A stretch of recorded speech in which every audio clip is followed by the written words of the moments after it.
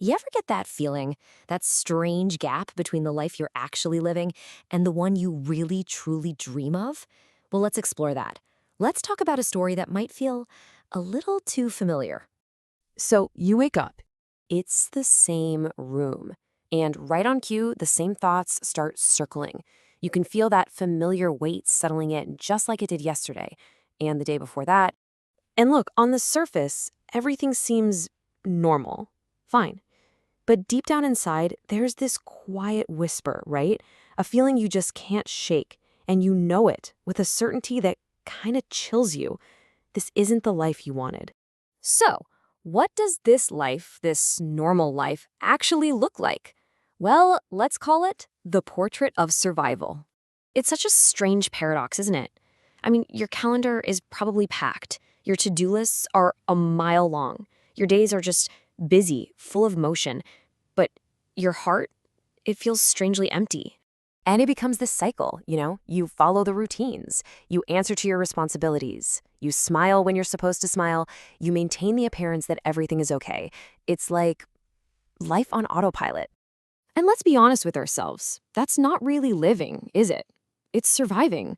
And there is a huge difference between the two. One is just getting by. The other is about feeling truly, deeply alive. So what does that even mean? To truly live. Let's take a look at the vision of living. The life we really want, it's usually not about the grand achievements or all the stuff we can buy. It's about meaning. It's about freedom, peace. It's about the quality of your inner world? Waking up without that familiar heaviness on your chest and actually going to sleep at night without regret. Really, when you boil it all down, it's about connecting with that version of yourself that just feels alive. The one who's present, who's engaged, not the one who's just going through the motions. Okay, but if we know what we want, why is it so damn hard to get there? That's the big question, isn't it? That's where we run into what I call the paralyzing gap. See, between the life you're living right now and the one you want, there isn't some physical wall. No, it's something much, much more powerful. It's fear. And this fear, it wears so many masks. It's the fear of change, the fear of failing, the fear of the unknown, and maybe the scariest one of all, the fear of having to start all over. So what do? We stay put. We stay where it's safe, where it's predictable. But there's a really heavy price for that safety. Because slowly, so slowly, you barely even notice. The days turn into years. But that passage of time, it can also lead to a turning point, a moment of, let's call it, the quiet realization. And one day, maybe it's late at night when the whole world is asleep, this hard truth just settles in. It's not angry, it's not loud, it's just true. No one is coming to save you. There's no magical moment that's just going to show up and fix everything. That life you want, that vision of living we just talked about, it will only exist if you, and you alone, choose it. Now, hearing that, it's not meant to crush you. Actually, it's meant to empower you, because that's where we find the choice to begin.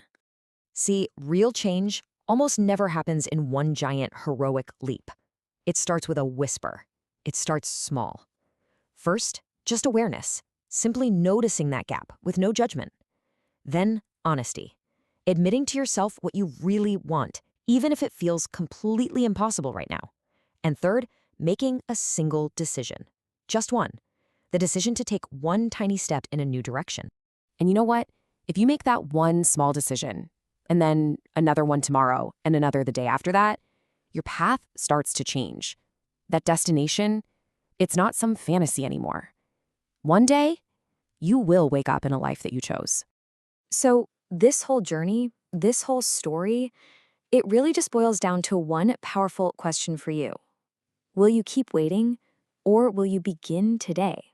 This has been a story from Mindscapes by Faizu. If any of this resonated with you, I really hope you'll take a moment to reflect on it. And hey, if you want to explore more stories like this, stories that make you think, I'd love it if you'd subscribe. Thank you so much for being here with me.